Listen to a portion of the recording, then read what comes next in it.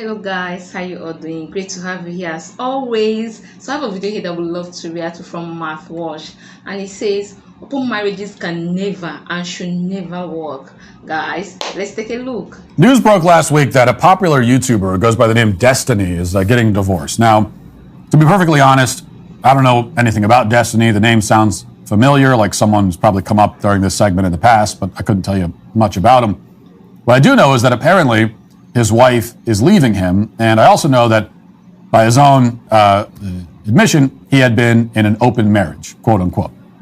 Here's the Daily Caller with the details. The wife of popular streamer and YouTuber Destiny, who previously bragged about the pair's open marriage, is reportedly leaving him for a man she met in Sweden, according to online reports. Screenshots from what appears to be messages from Destiny in a Discord channel show him complaining about his wife, Swedish internet personality Melina Göransson, and her alleged new lover. In the leaked Discord chat, Destiny appeared to lament his wife's choice to leave him for a toxic, abusive guy. Quote, "The last 2 months and 2 weeks have been a massive mind F for me, watching her become obsessed with a toxic, abusive guy. When I visited Sweden last, he gave Mel an ultimatum to divorce me and then threatened to kill himself when she didn't do it, among 20 other abusive, manipulative things he's done, and endlessly makes excuses for him, so I'm out," the political YouTuber appeared to write, according to the Twitter post.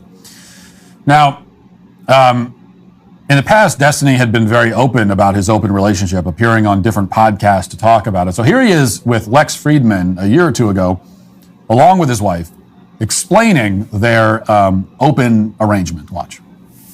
One interesting aspect of your relationship is you're in an open relationship. What's that like? From a game theoretic simulation perspective, what went into that calculation? And like, how does that... Like how that started, or... Yeah, how did that start? Sure. The only relationships I've ever done has been open relationships since I was like in high school, because I didn't really understand like why wouldn't you be able to like do other things with other people, but then just like have your main partner basically. So what is an open relationship, generally speaking? That means you have one main Like a partner? non-monogamous relationship. Like you're somehow allowed like in different ways. You can see other people sexually. Sexually, Sounds but like it's not like there's happy. one main... Yeah, or it doesn't station. have to be there for some people, but like I Okay. think it's probably easier, and we probably don't really have time or the energy for like more than like one person to like really like. Well, I said that Destiny explains the arrangement, but actually, as you heard, his wife does most of the talking. And that's interesting because though I don't know who first decided to open the marriage The in his woman case, obviously. I do know that most of the time, one participant will seem to be much more into the idea than the other. That's because an open relationship is rarely a mutual decision, no matter what they might claim. It's obvious the lady initiated it. It shows on the man's face that he's not happy about the arrangement, but because of love, he had to comply. To seek. Both spouses are not usually going to simultaneously come up with the idea that they should have sex with other people and then in unison blurt it out. Yeah. In reality, one or the other is going to make this proposal. Yeah. And the one who makes it, in doing so, has already announced that they want to have an affair. So if the other supposedly agrees to the open marriage, they'll agree as someone who is shell-shocked and blindsided and devastated, Love. whether they fully reveal those feelings or not. Now, speaking of feelings, in that same interview, they talk about the complicated, quote-unquote, problem of emotional attachments in an open marriage. Listen. What about like emotional? It's really complicated. There's a lot of complicated stuff going on under the hood there. Yeah. I think broadly speaking, you've got like polyamorous relationships and you've got like open relationships, where polyamorous is like, oh, I've got like 3 different girlfriends and we all hang out or sometimes even live together, or 3 boyfriends, whatever. And then you've got like open relationships, which is like, oh, you know, like you can basically hook up with other people, and then you've got like your main relationship and that's it.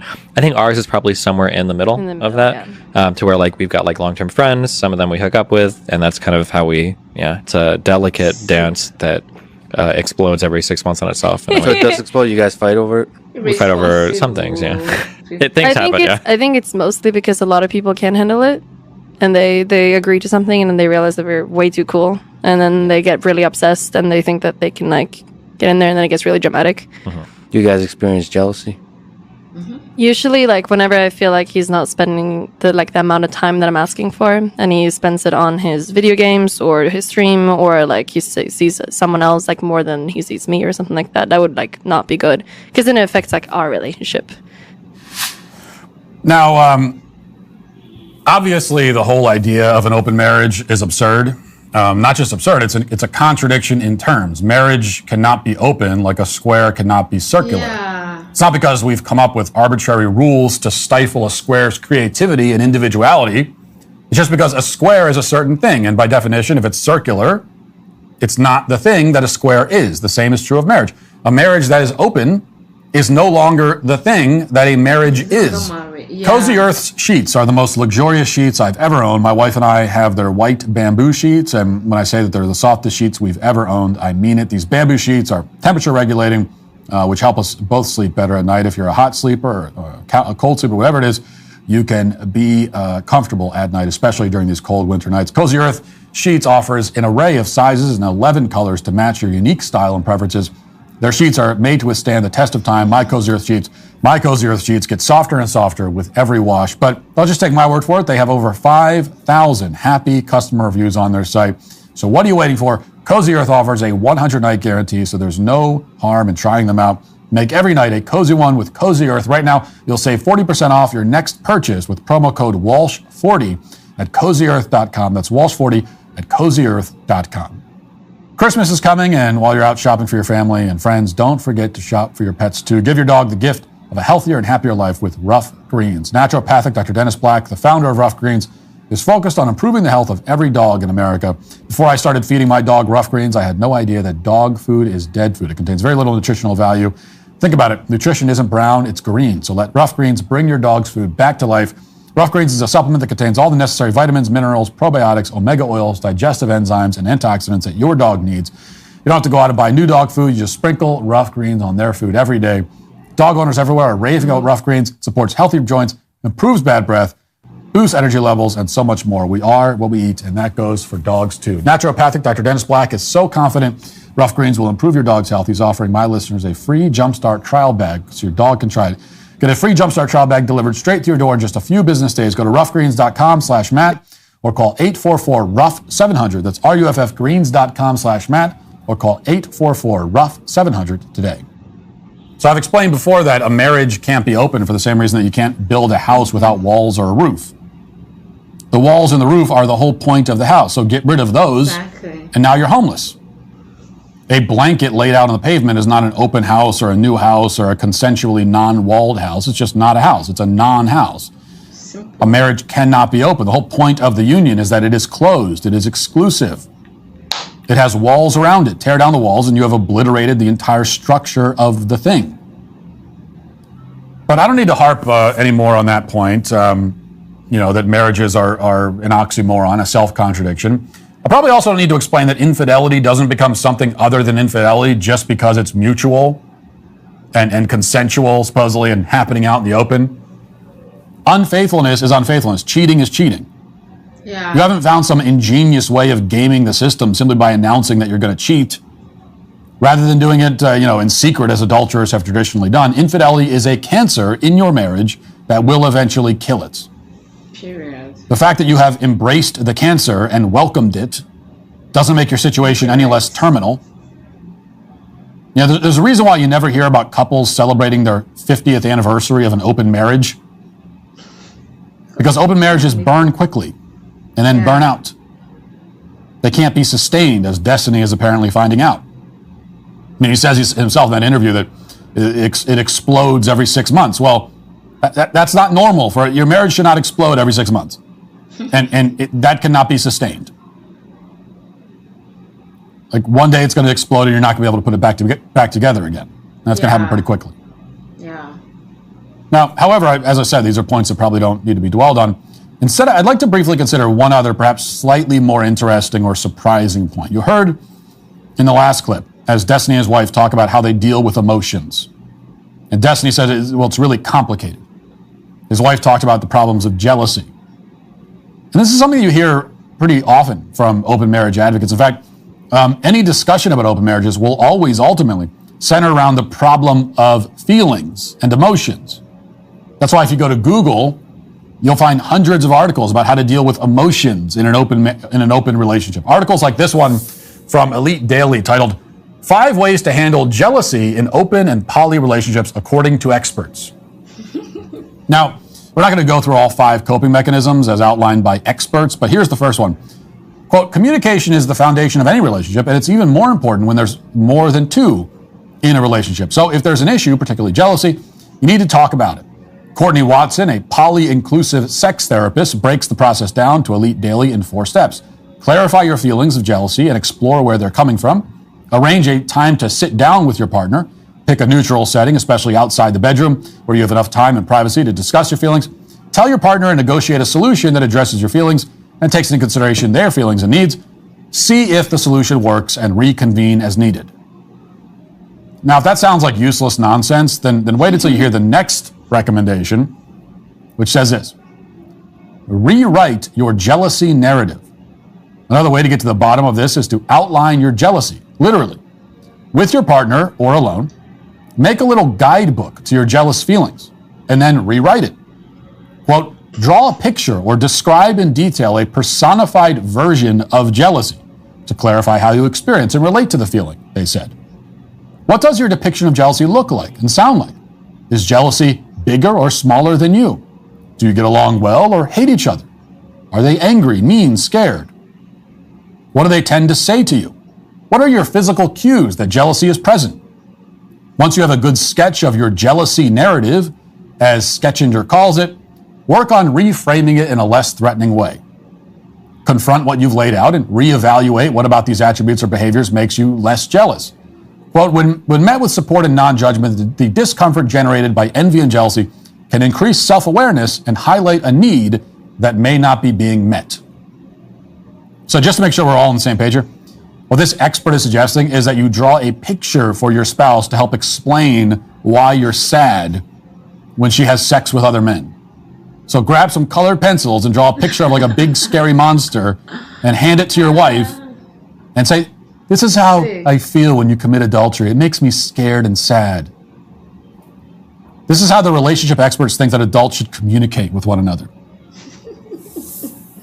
Now, this advice obviously is terrible, but there's something to be learned from the fact that this advice is given in the first place and that there's so much of this kind of advice for those looking to open their relationships. A recent post on Medium has this headline, How to Work Through Difficult Emotions in Open Relationships, Using a Buddhist Practice as a Tool to Explore Feelings.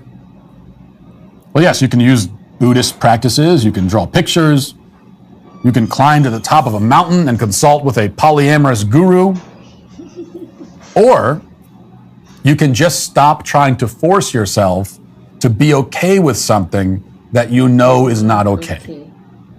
Okay, that's the point. We often say, and I've certainly said this, that people these days are always chasing their feelings, doing whatever makes them feel good. Well, what we find is that in so many cases, something closer to the opposite is actually happening. Oftentimes, especially when it comes to sex and relationships, people are running away from their feelings. They're running away from what would actually make them feel good. They're trying to close themselves off from their natural emotions. This is necessary in order to maintain a promiscuous lifestyle. Whether you're in a so-called open relationships or you're just participating in hookup culture without pretending to be in any relationship at all, in either case, you are going to be constantly at war with your own emotions. You're not really following your feelings. You're following pleasure, temporary physical pleasure, but not emotions. Emotions are an obstacle. You have to close yourself off from developing connections to anyone. You have to be emotionless. And that's because as human beings, we naturally desire a committed, loving, faithful relationship with one person who is devoted to us and loves us in return. Yeah. That's what we all want. It's what our hearts long for. Except you don't love that person anymore. That's when you opt for open marriage. Open marriage is like a trap. End of it. Like, you don't know how to say it's over. Then you use open marriage to actually break yourself free from the marriage. If you're actually following your feelings, that's where it would lead you. Now, you can't be guided entirely by your emotions in a relationship, but you shouldn't see them as an impediment either. Be in control. Or as some kind of enemy. The emotional attachment that naturally forms with another person, who you're in a sexual relationship with, that's a good thing. It's natural. It's human. And that's why, unlike Destiny, I would never say that my emotions for my wife are complicated. Like if I was talking to Lex Friedman and he said, what about emotions in your marriage? What? Oh, it's complicated. Man, there's a lot going on there. It's really complicated. It's actually not complicated at all. Sure, we have tension and disagreement sometimes, like any married couple, but there's nothing very complicated about our emotional situation. I love my wife. I like being around her. Period. It's actually pretty simple. Our emotions aren't complicated, which isn't to say that they're superficial or insignificant. No, your emotional attachment to your spouse is a simple thing, but it's also deep and profound. It's something that you nurture, something to be cherished. Feelings are not a problem if you're in a monogamous, committed, loving relationship. You don't need experts to tell you how to navigate them. And you don't need to draw pictures to explain them. That only becomes necessary when you've decided to do something that you know in your heart you shouldn't be doing. Feelings are a problem once you've decided to sever love from sex and commitment from relationship and attempt to experience these things separate from each other. It can never work. And if you listen to your common sense, you would know that. And if you listen to your feelings, you would know that too. Which is why, in the end, open marriages are, once again, today canceled. That's it. Open marriage is cancelled, except you are tired of the marriage. Open relationship and marriage shouldn't be called marriage at all. It's not worth calling marriage. It should be called rendezvous. People in open marriage as indisciplined, irresponsible. They're running away from commitment. They're running away from something true. They just want to have fun. They don't want to be held accountable. That's those that opt for open marriage.